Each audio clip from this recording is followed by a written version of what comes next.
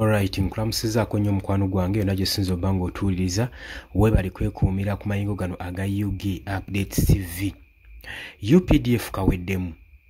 Oluvannyuma lw'omubaka MP ow'Ebugweri County MP okubalabula abalabudde ku lw'ebikolwa byabwe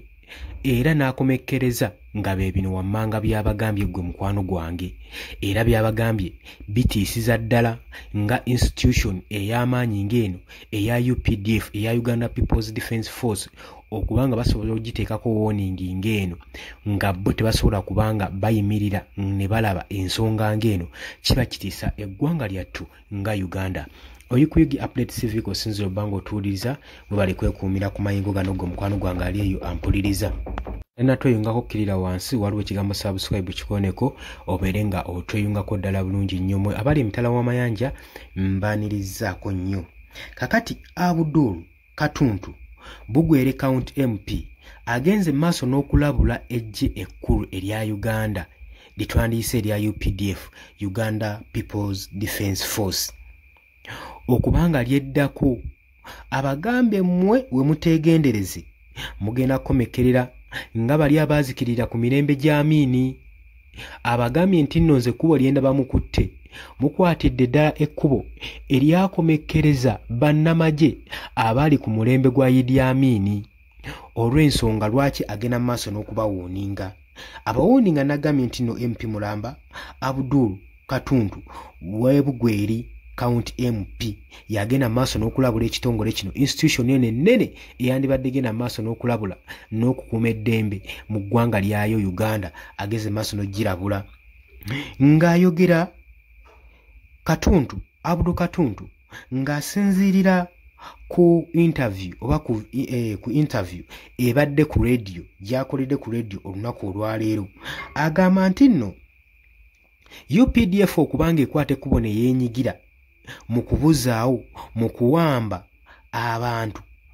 si kya buntu agamba eggye ekkulu erya UPDF okubanga ligenda mu maaso n'okubanga lyenyigira mu kuwamba n'okubuzaawo bannansi baalyo si kya buntu era si kya bwenkanya. Bino abyogera ng'agamba ng'asinziira ku bigambo bya CDF Chief of Defence Force ow'amagye byayogera gye buvuddeko ku social media oluvannyuma lwa Eddie Mutwe okuwambibwa bodyguard wa President Robert Kyagulanyi Ssentamu ow'ekibiina kya National Unity Platform oluvannyuma lw'okuwambibwa n'abuzibwawo. Katuntu agamba nti Chief of Defence Force ono yalabibwako mikutu gye gya social media ng'agenda mu maaso n'okupostinga ng'agamba nti nno Edward Sebuufu amanyikiddwa nnyo nga Eddie Mutwe bodyguard wa Robert Kyagulanyi Ssentamu avuganya oludda ali ku ludda oluvuganya gavumenti eno eri ku buyinza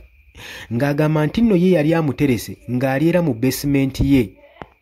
eyo nno nga gyamukukulidde ng'ali agamba nti ali mu kumuyigiriza Lunyankole. Kyokka ate we tutunuulira sitoole eya Eddie Mutwe agamba nti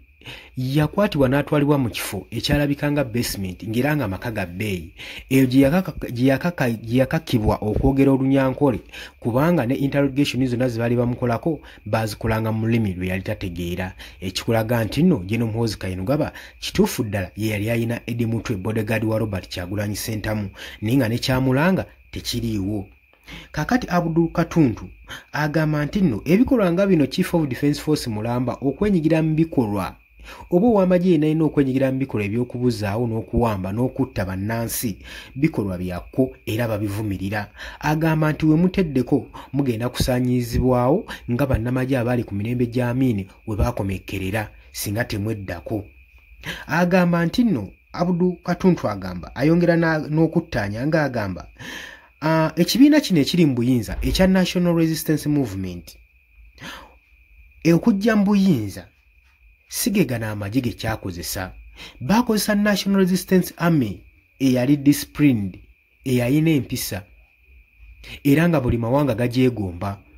Agamba empisa ezo zaalagawa mwazzaawo empisa ezo era n'agenda maaso n'okubagamba nti nowe muteddeko mugenda kubanga musaanawo singa temukyuse ku nkola gye mukolamu emirimu gyammwe n'okulekerawo okwenyigira mu nsonga zino ezitalimu ez'okuwamba okuba abantu okutta abantu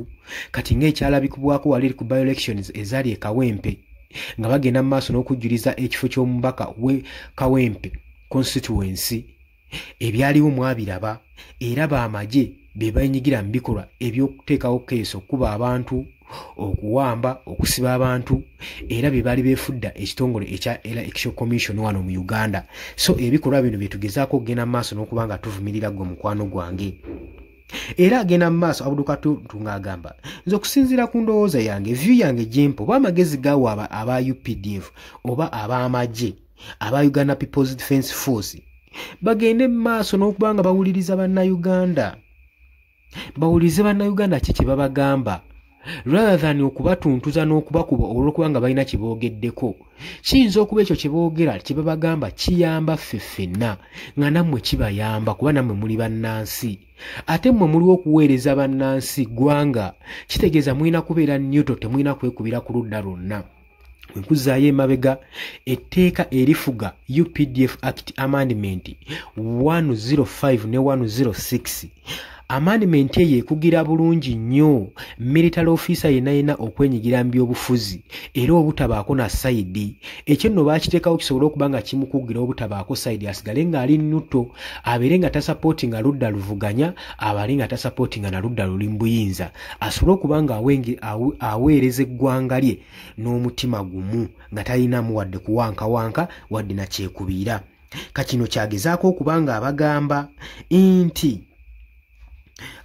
nti no muwulize bannayuganda ne bye babagamba biyinza okuba nga byandibanga bijuna ffenna ffenna.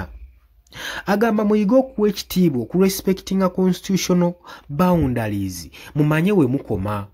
mumanye ekitongole kye birina okwenyigira mu kusiba omuntu yenna nga zizza omusango mumanye ebitongole kye birina okwenyigira mu bululu temwefuula ba Electoral Commission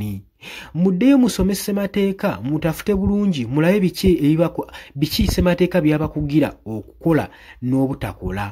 ebyo munaabimanya mujja kutambula n'omulembe guno era musigalewo n'emirembe egijja naye abagambye mutaakyuseeko ne mugenda mu maaso n'ebikolwa nga bino mugenda